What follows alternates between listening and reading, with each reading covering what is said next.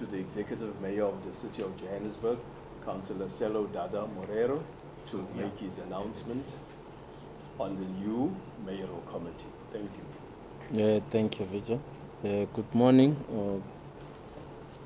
Perhaps to the residents of Johannesburg, members of the media, ladies and gentlemen.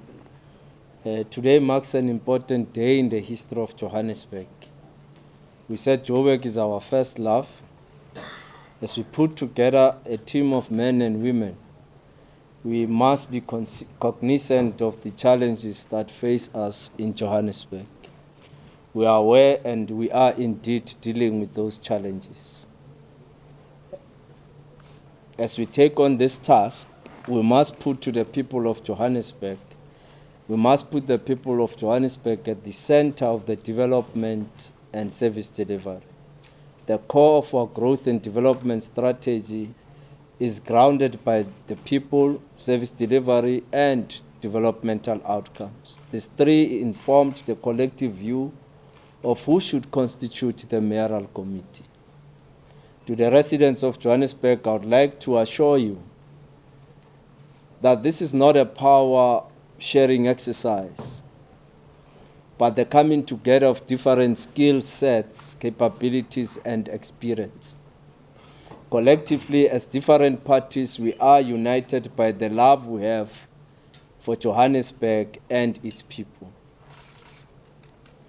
Today, we are honored to announce the executive leadership of Johannesburg. Let me begin by indicating the mix of leadership, which includes young women, and different national groups. This leadership is as follows.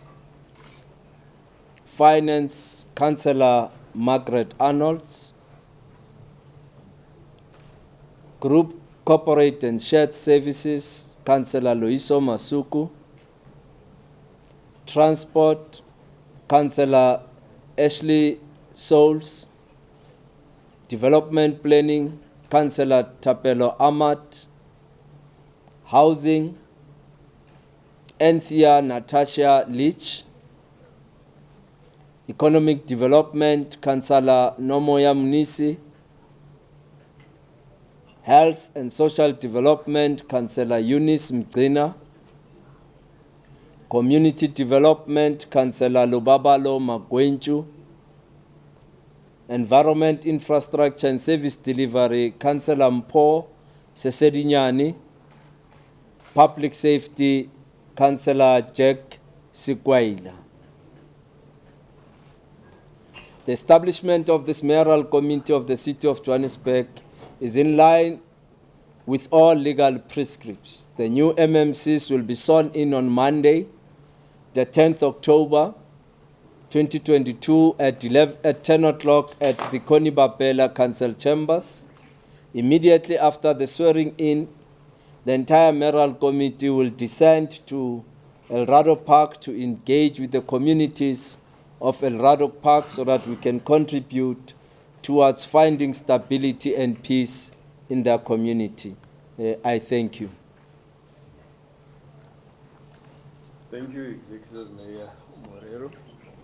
That is the announcement, ladies and gentlemen, members of the media. We will take questions if there are any. Show of hands, kindly indicate your name, media house, and you can ask your question.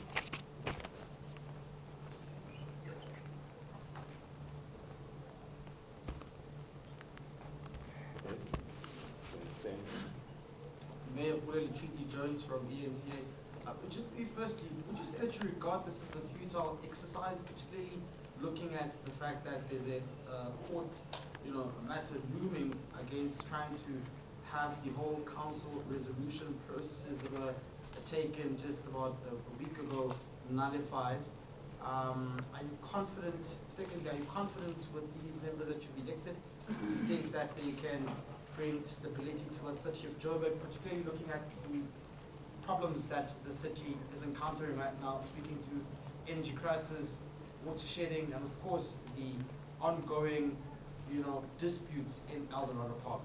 Thank you. Okay. Any other question?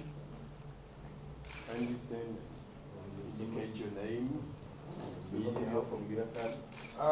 Just looking at the coalition partnership, since it's not as stable as you would like it to be, aren't you concerned that maybe they will turn on you before the end of the term? Okay. Any other question? I do not see any other hand. Okay. Okay. Thank you for the questions. We have noted that there's a court case which was supposed to sit on the 11th of October, but subsequently the DA has requested the courts to move it to the 18th. Our legal team from the Speaker's office is confident that we will win the case. Should the case not be winnable in court, we will convene a council meeting once again and the same will happen. So it's just as easy as that. We go to court, the court says you did not do the things right, it's fine. The Speaker will convene council. We will go to the council meeting again, and the same thing that happened will happen again.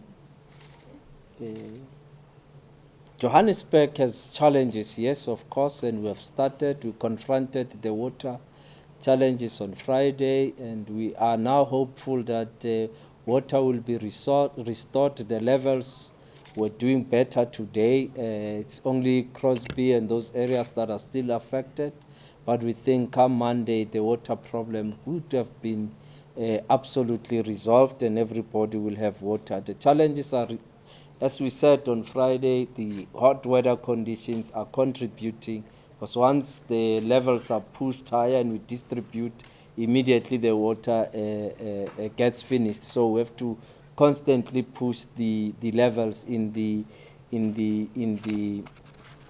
what we call those things, the reservoirs. So we are doing better. We are confident that by Monday everybody will have water. Chances of the coalition turning against each other are very, very slim. And this is informed of the historical issues. As you'd know that between 2019 to 2021, we ran a very successful coalition in the city of Johannesburg. And as I said, the importance of coalitions is continuous engagements with different parties and treating them as equals in the coalition. Even if the ANC might be the bigger one with 91 seats, it is important for us to constantly engage with parties on any issue in government. And hence, even the product that was produced today was as a result of serious engagements with parties wherein the actual engagements were concluded yesterday since we took over last weekend Friday. So we consulted broadly. And if you can see even the numbers here, it's well spread to ensure inclusivity of all parties that form part of the coalition. Of course, there's a legislature side, which we have also discussed and negotiated, and you will see once the legislature side is pronounced how inclusive this process has been. And the ANC has not treated anyone as the boss. We have treated everybody equally. Thank you.